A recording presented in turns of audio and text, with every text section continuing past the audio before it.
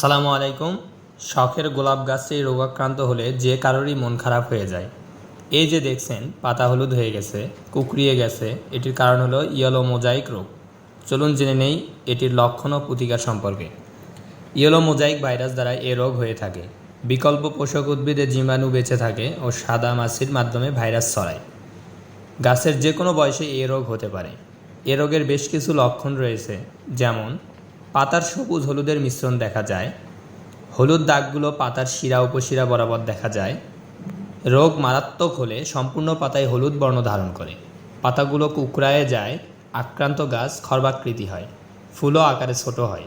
প্রতিকারের জন্য নার্সারি হতে ভাইরাস মুক্ত গোলাপের কলম সংগ্রহ করতে হবে। রোগাক্রান্ত গাছ দেখামাত্র তুলে পুড়ে ফেলতে হবে।